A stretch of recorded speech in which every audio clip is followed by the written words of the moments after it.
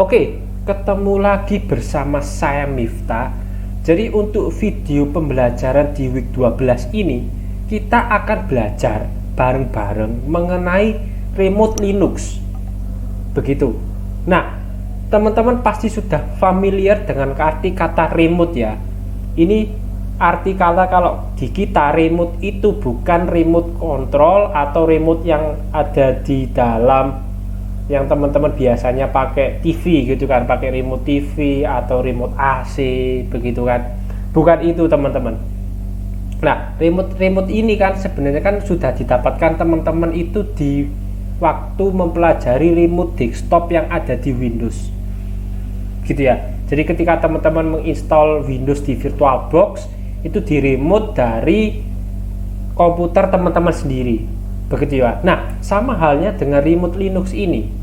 Gitu kan. Jadi menjalankan komputer dengan operating system Linux itu di remote atau dijalankan dari komputer lainnya ya. Komputer lainnya ini itu bisa operating system Linux-nya sendiri atau bukan Linux, misalkan Windows gitu kan. Jadi misalkan saya sekarang merekam ini itu menggunakan operating system Windows, saya pengen meremote sebuah server yang mempunyai operating system Linux, bisa dari komputer saya remote server yang ada di luar, entah itu ada di Jawa, Indonesia, Amerika maupun di India gitu kan, bisa semuanya. Begitu. Tidak hanya Windows saja yang bisa di remote, namun Linux itu tentu saja bisa di remote. Nah, kenapa kita butuh meremote Linux, Pak? Gitu kan. Nah, karena memang teman-teman komputer-komputer sekarang khususnya PC server ya, itu dipakai oleh banyak orang untuk dijadikan sebuah web server. Begitu. Apalagi web server ini itu kan butuh performance, security dan lain sebagainya itu. Nah, orang-orang ini biasanya kebanyakan itu memakai Linux untuk operating system di servernya. Begitu. Nah, ketika banyak orang yang memakai Linux sebagai server, itu kan misalkan saya punya server yang berada di India, begitu. Nah, saya yang ada di Indonesia nggak mungkin ketika saya ingin menjalankan atau ingin membuka server, saya harus terbang dulu dari Indonesia ke India. Begitu, tidak mungkin ya teman-teman. Kecuali saya adalah crazy rich gitu kan. Jadi duit tinggal sebul aja, tinggal tiup ada. Tidak teman-teman. Nah, maka dari itu kita membutuhkan remote untuk meremote si server Linux ini gitu kan. Jadi saya nggak mungkin datang ke tempatnya langsung. Atau misalkan saya berada di rumah, server Ubaya itu misalkan server informatika Ubaya itu ada di Ubaya. Ketika saya di rumah malam-malam, tidak mungkin saya ke kampus dini hari ketika ada something trouble gitu kan, tidak mungkin. Nah, maka dari itu kita juga butuh remote Linux ini. Begitu. Nah, untuk menjalankan remote di Linux ini ada beberapa tools yang bisa teman-teman pakai gitu kan. Yang pertama ini adalah PuTTY gitu kan, PuTTY gitu kan. Ada listriknya, ini icon listrik ini menandakan kayak semacam hubungan gitu kan, kabel gitu kan. Intinya komputer satu dengan komputer lainnya itu terhubung. Terus kemudian ini adalah WinSCP. Dia ini untuk meremote direktorinya secara langsung gitu. Jadi ada folder kalau teman-teman pernah lihat di Windows Explorer file manajernya. Nah, itu kan ada network di bawah. Nah, itu seperti itu. Jadi direktori kalau putih tadi terminal. Jadi kita melewati command prompt itu bisa meremote si server dalam bentuk terminal juga. Terus yang kemudian yang ketiga pasti teman-teman sudah familiar ya, yaitu adalah TeamViewer. Jadi benar-benar meremote secara visual gitu ya. Sama halnya ketika teman-teman di NTS yang kemarin itu kan memakai remote desktop RDP itu ya, sama seperti itu. Jadi benar-benar secara visual, bukan hanya directory atau hanya terminalnya saja. Begitu. Nah, sebelum melakukan remote, kita harus belajar dulu masalah protokol koneksinya. Nah, protokol koneksi yang ada di Linux, teman-teman, itu menggunakan SSH. Gitu kan. SSH ini adalah singkatan dari Secure Shell. Gitu kan. Protokol yang biasa digunakan oleh Linux, dan di dalam protokol jaringan itu dia memanfaatkan enkripsi dan dekripsi menggunakan kriptografi. Begitu. Nah, pembahasan kriptografi ini ada di mata kuliah lanjutannya, teman-teman. Bisa teman-teman ambil Information Security and Assurance. Itu di mata kuliah itu membahas gimana caranya enkripsi dan dekripsi. Gitu. Ada materi tentang kriptografi di sana. Kalau belum berubah ya, teman-teman. Nah, si SSH ini itu melakukan komunikasi data antar perangkat agar lebih aman gara-gara si kriptografinya ini juga. Jadi ada secure-nya, pengamannya, begitu. Kalau ada pengaman susah untuk ditembus kan ya, teman-teman. Bukan berarti tidak bisa. Di dunia ini tidak ada yang tidak bisa ditembus. Begitu. Tapi kita siapkanlah paling enggak pengamannya, gitu kan. Seperti kalau kalian punya rumah, kalian pakai pagar atau pintu. Tidak mungkin kan pintu itu tidak bisa dijebol, ya kan. Bisa aja dijebol menggunakan bulldozer, gitu kan, atau ditendang-tendang kan bisa juga jebol kan pada akhirnya. Tapi kan setidaknya kita memberikan pengaman. Nah, konsep SSH ini harus didukung oleh server maupun perangkat atau komputer klien yang melakukan pertukaran data. Gitu. Jadi memang kalau di Linux itu defaultnya memang belum ada SSH. Kita harus menginstal dulu si SSH ini. Begitu. Untuk bisa dilakukan remote. Perlu komponen SSH juga. Seperti itu. Nah, di SSH ini atau Secure Shell ini itu mengizinkan mengenkripsi data. Tadi kan teknik kriptografi itu dia akan mengenkripsi data, ya kan, berupa ini misalkan nama pesannya, nama file gitu kan, ABC. Kemudian ketika dikirim ke server itu dia dilakukan enkripsi dulu semacam ini, gitu kan ya. Jadi kalau teman-teman pernah mempraktekkan, kalau nggak salah saya di kelas pernah mempraktekkan masalah MD5 ya. Nah itu seperti itu. Jadi teks dienkripsi agar ketika saya ngintip, gitu kan, ngintip pesannya saya nggak tahu, gitu kan. Nah misalkan ada teman, misalkan ada si A si B itu pacaran, gitu kan. Nah ketika si A ini mengirimkan pesan ke si B, I love you, dienkripsi menjadi seperti ini.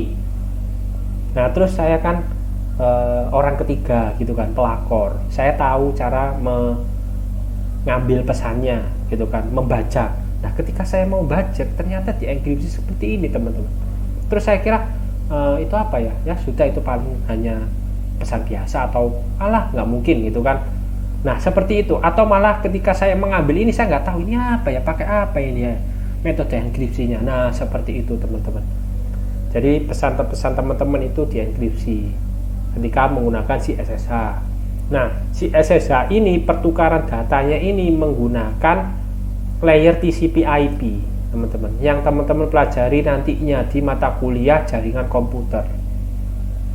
Itu. Nah, SSH ini itu memakai port 22 menggunakan protokolnya TCP/IP. Seperti itu. Klien ke server, server ke klien menggunakan jembatan, kayak jembatan, teman-teman, itu nomornya itu portnya 22. Nah SSH, ketika teman-teman sudah menginstal SSH, cara instalasinya nanti ya, teman-teman. Jadi ini teorinya dulu. Jadi SSH ini dipakai oleh aplikasi Putih. Nah Putih ini adalah aplikasi yang open source, tidak berbayar, gratis, yang memanfaatkan protokol jaringan SSH dan telnet, gitu ya. Nah Putih ini memang sangat sering dipakai oleh para pemilik server untuk berkomunikasi dengan servernya menggunakan terminal, ya kan, untuk menjalankan komen-komen tertentu, misalkan posisi RAM di server Linux berapa gitu kan, atau posisi file sekarang di server itu ada atau tidak. Nah, itu biasanya menggunakan terminal, teman-teman, lebih memudahkan kita. Tinggal ketik keluar, misalkan file ini itu dibuat oleh siapa, kan kita tinggal ketik komen ls spasi dash i atau l gitu kan, keluar gitu kan. Nah, itu pemakaian putih itu melalui terminal, teman-teman. Nanti ke teman-teman itu ketika remote server menggunakan putih, teman-teman memakai semacam command prompt terminalnya. Jadi seakan-akan kayak terminal Ubuntu, kayak gitu, terminal Linux.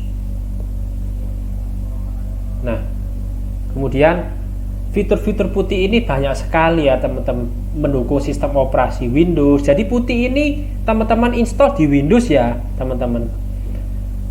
Operasi Windows, terus kemudian sistemnya 32 atau dan 64 bit, tersedia port untuk Mac dan Linux dan lain sebagainya, begitu. SSH dan lain sebagainya, ini adalah fitur-fitur yang ada di putih seperti itu. Nah, ada lagi satu tools, teman-teman, yaitu WinSCP. Nah, WinSCP ini adalah klien SFTP, teman-teman, dan klien FTP open source untuk Windows. Jadi tadi putih ya juga untuk Windows, Windows SCP juga dibuat untuk Windows, gitu ya. Nah, fungsi utama dari WinSCP ini itu adalah menyalin file antara komputer lokal dan komputer remote. Jadi sama halnya ketika teman-teman membuka file explorer di Windows, itu ketika teman-teman pengen memindahkan dari drive C ke drive D, itu kan tinggal drag and drop, sama nantinya seperti itu ya. Nah, kelebihan lainnya itu dia drag and drop gitu kan. Misalkan di sini mana ya, nah di sini itu adalah komputer kita, file manager komputer kita Windows, di sini file manager dari Linux.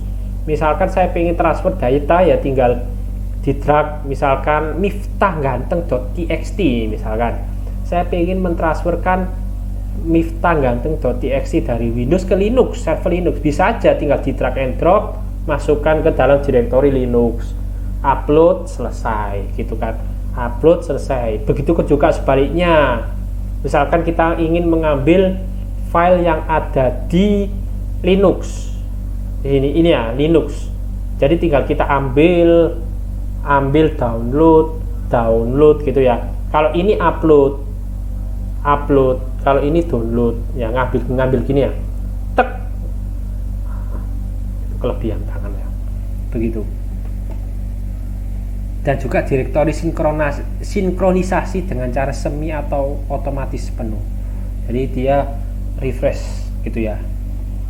Nah, SFTP sendiri, jadi ini kan ada klien SFTP ya. SFTP ini sebenarnya secure file transfer protocol gitu ya. Salah satu protokol internet yang berfungsi untuk melakukan proses upload dan download file lebih aman. Namanya ada tambahan S ya, secure, aman. Mengapa lebih aman? Lebih ya, bukan sangat aman. Ya bisa sih, lebih aman, sangat aman gitu kan. Tidak mungkin bisa terbobol, itu tidak mungkin. Tidak mungkin bisa terbobol, itu kata-kata yang tidak mungkin gitu ya. Mengapa lebih aman? Karena SFTP ini merupakan kombinasi dari FTP dan STP gitu kan. FTP sendiri file transfer protocol, kalau STP itu singkatan dari secure copy gitu ya. Nah, secure copy ini memanfaatkan si SSH untuk proses file transfer datanya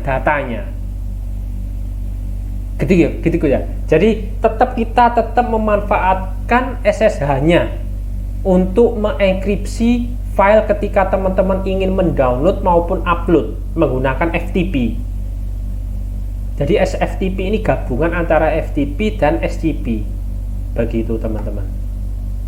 Jadi memang file privasi teman-teman itu lebih terjamin aman daripada tidak memakai SFTP, begitu.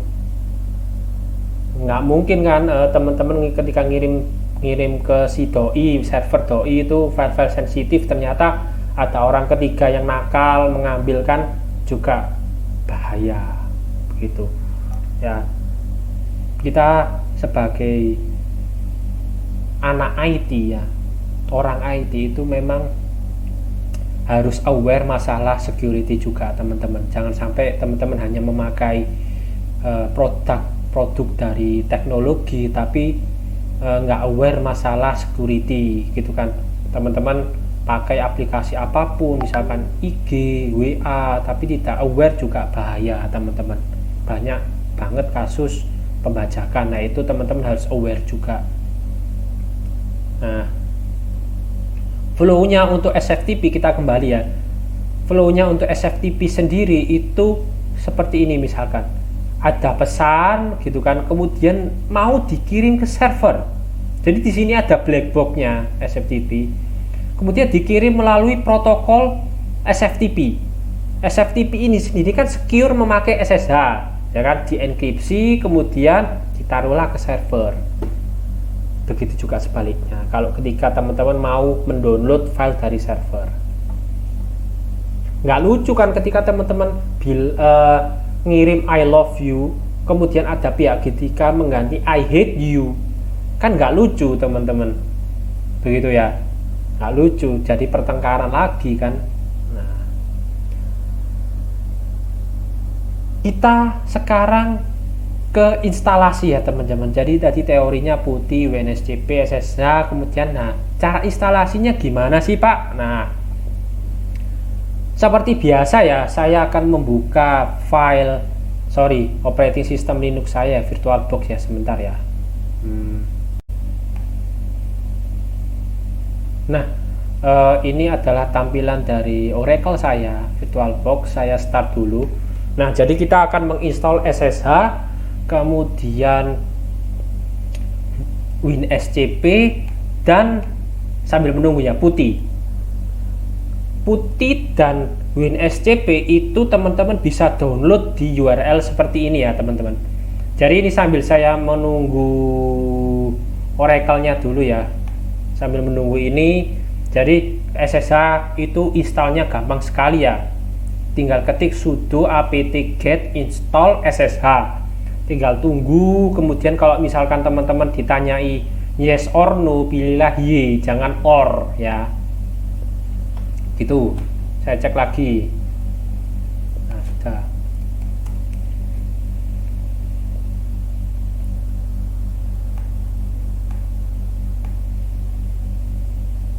Nah, saya masuk ke terminal. Nah, misalkan ini teman-teman baru belum menginstal SSH, jadi sudo apt-get install SSH. Nah, silakan tunggu teman-teman. Ini kebetulan laptop saya itu sudah saya install SSH. Untuk membuat PowerPoint ini kan saya juga harus menginstal kan ya, nggak lucu ketika saya membuat PowerPoint ini ternyata gagal gitu kan. Nah, tampilannya seperti ini teman-teman. Ini beda karena saya sudah menginstalnya. Terus kemudian, nah silakan teman-teman download PuTTY-nya di sini ya teman-teman. Silakan diklik ini ya, diklik ini, kemudian teman-teman akan tampil halaman seperti ini. Saya coba ya. Saya klik ya. Nah, akan tampil seperti ini. Kemudian teman-teman tinggal pilih 64 bit atau yang 32 bit, tergantung prosesornya teman-teman ya. Tergantung operating system teman-teman. Windowsnya yang 64 atau 32. Kalau saya 64 bit karena memang Windows saya 64 bit. Loh Pak, caranya gimana Pak untuk tahu 64 sampai 32 bit? Waduh, ya sudah, ketik di sini ya. Ketik silakan tekan icon Windows. Ini kebetulan Windows 10 ya, kemudian dx diag. Kalau misalkan teman-teman nggak tahu Windowsnya 64 atau 32 bit ya. Nah, di sini misalkan di sini ya operating system saya itu Windows 10 10 Home single language, ini 64 bit.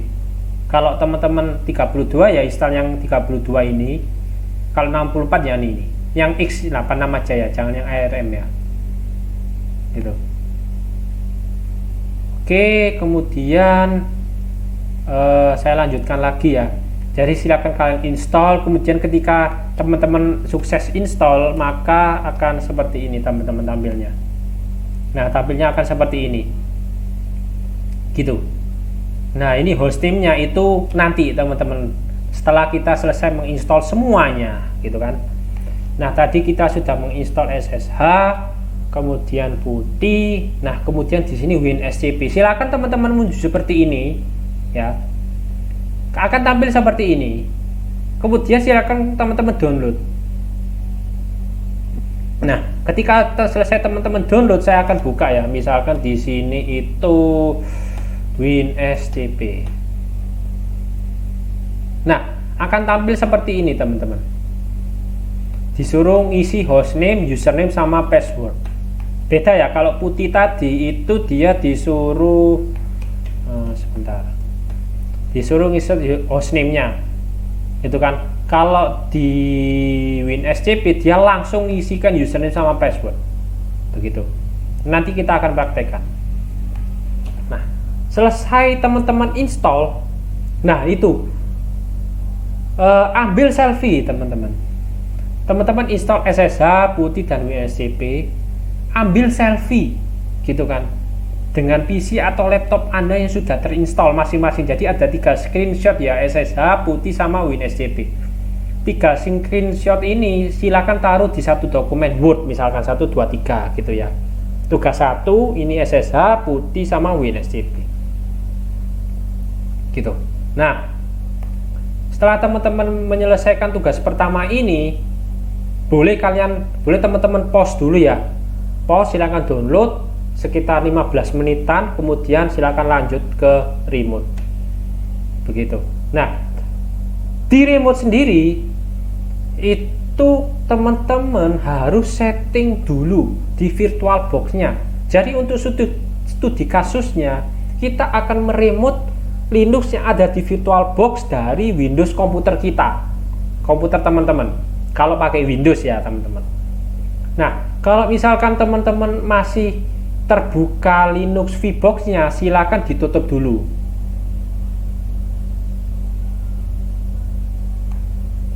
Oke, ketika teman-teman sudah selesai menutup, maka silakan teman-teman klik setting. Saya open aja ya, ini ya. Ini harus kalau teman-teman shutdown dulu ya. Ini kebetulan terbuka ya. Teman-teman pilih setting. Saya shutdown aja ya, biar teman-teman bisa enak. Nah, ini sudah install, selesai. Shutdown. Nah, teman-teman silakan klik yang Ubuntu ini, settings, kemudian pilih network. Nah, kemudian centang ini ya, network, enable network adapternya dicentang. Kemudian silakan pilih yang bridge adapter atau yang host only adapter. Boleh pilih, misalkan bridge-nya ini gagal, silakan pilih yang host only adapter begitu. Ini advance-nya nggak usah diotak-atik, tinggal di OK gitu kan. Misalkan saya pilih host only, OK, kemudian di start seperti ini. Jika ada pertanyaan, silahkan di sesi pertanyaan ya, itu silahkan tanya ya teman-teman, tergantung dosen masing-masing KP. Oke, ini setting networknya, kemudian kita akan membuka putih gitu kan. Nah, sebelum membuka putih kita harus tahu IP kita teman-teman. Bisa lewat ifconfig ini ya, saya buka sebentar, tadi belum saya show. Nah, ini Ubuntu. Nah, kita harus tahu IP address dari si server. Anggapannya ini VirtualBox ini adalah sebuah server ya. Sebuah server, terus kemudian di sini terminal ya. Terminal. Kemudian teman-teman ketik ifconfig. Nah, manakah di sini yang IP address-nya? Ayo. Nah, salah. Nah, ini teman-teman. IP address, kebetulan IP address di server saya Linux 192.168.56.102. Begitu. Atau bisa juga teman-teman kalau inget di video yang kemarin itu kan saya ketik hostname -i ini ya. Nah, sama, ini langsung mendapatkan IP-nya bisa melalui ifconfig atau yang hostname -i ini, i besar, dapat. Ini adalah IP dari server. Silakan teman-teman ifconfig atau hostname ya. Ini biasanya itu setiap komputer teman-teman beda ya. Kalau sama ya berarti kita jodoh gitu kan. Kalau nggak sama ya berarti teman-teman miliknya orang lain gitu kan ya. Nggak masalah, nggak seperti ini nggak masalah, tergantung dari teman-teman sendiri. Karena IP itu kan biasanya kan di random ya, dynamic ya. Kecuali teman-teman setting yang statik gitu. Itu setting-setting itu silakan teman-teman nantinya akan dapat di jaringan komputer. Begitu. Nah, di sini teman-teman sudah dapat ya. Kemudian untuk setting putihnya teman-teman, sebentar. Putihnya ini kan ini kebetulan masih sama ya. Jadi 192.168.56.100. Saya ingatkan lagi ya teman-teman, ini beda tergantung ifconfig atau hostname-nya teman-teman. Kebetulan PowerPoint ini adalah sama IP-nya. Gitu kan. Sama dengan IP saya. Jadi kalau teman-teman beda nggak masalah, justru itu yang betul. Terus kemudian klik open. Nah, ketika open itu teman-teman akan ditanyai login as. Misalkan teman-teman kan kalau saya tadi Ubuntu itu kan pertama kali login ini kan di start ya. Kemudian muncul pertama kali kan ada username sama password, isikan saja. Kalau di saya ya itu mana tadi putihnya ya. Nah ini Ubuntu, passwordnya Ubuntu. Nah, selesai teman-teman. Berarti kita sudah berhasil remote remote Linux dari Windows. Kita cek, misalkan pwd. Oh, berarti posisi saya di home Ubuntu. Kemudian saya ls-l. Oh iya, ternyata benar. Ini kemarin saya bikin update di downloads atau dokumen. Misalkan saya masuk ya, cd dokumen ls-l. Nah, ini teman-teman, sudah kita sukses meremote Linux menggunakan putih. Putih ini akan dapat hak akses sesuai dengan loginnya teman-teman. Misalkan pakai Ubuntu ya pakai Ubuntu, begitu ya. Dan ini sama seperti terminal Ubuntu teman-teman. Biasanya kalau kita sudah login itu otomatis, nah ini sama kan, pwd ls-l sama teman-teman, nggak masalah tuh, sama kan kayak ini. Sorry sebentar ya, mana ya. Nah ini, nah sama kan. Coba saya masuk ke root ya, loh masuk juga root, sama teman-teman, nggak ada bedanya. Nah ini cara yang pertama menggunakan putih, begitu. Nah ini langkah-langkahnya sudah saya praktekkan. Jika sukses maka seperti ini ya teman-teman. Dan seperti ini ketika kita testing pwd mengetahui direktori sekarang, kemudian ls-l ini file-file folder yang ada plus detailnya, gitu teman-teman. Biasanya secara default memang masuk di home nama user ya. Tadi kan username saya itu Ubuntu ya, jadi masuknya ya ini Ubuntu ini. Seperti itu teman-teman. Silakan teman-teman coba ya. Jangan lupa teman-teman, ini teman-teman harus screenshot juga ya di akhir ini ya teman. Nah, ini ada tugas 2. Silakan dokumentasikan secara lengkap cara remote Linux menggunakan PuTTY dan WinSCP. Teman-teman ketika lakukan itu silakan di screenshot ya, cek gitu ya. Jadi sampai PuTTY ini ya. Nah, kemudian sama halnya dengan ketika kita meremote Linux melalui operating system Windows dengan WinSCP. Saya buka WinSCP-nya itu ini ya. Nah, tadi IP saya itu kebetulan masih sama ya dengan yang ada di PowerPoint ya, karena saya yang bikin ya 56.102. Nah, langsung di sini teman-teman harus menginsertkan username sama password, misalkan Ubuntu. Misalkan saya salahkan ya, Ubuntu passwordnya 1, gini saya login dulu.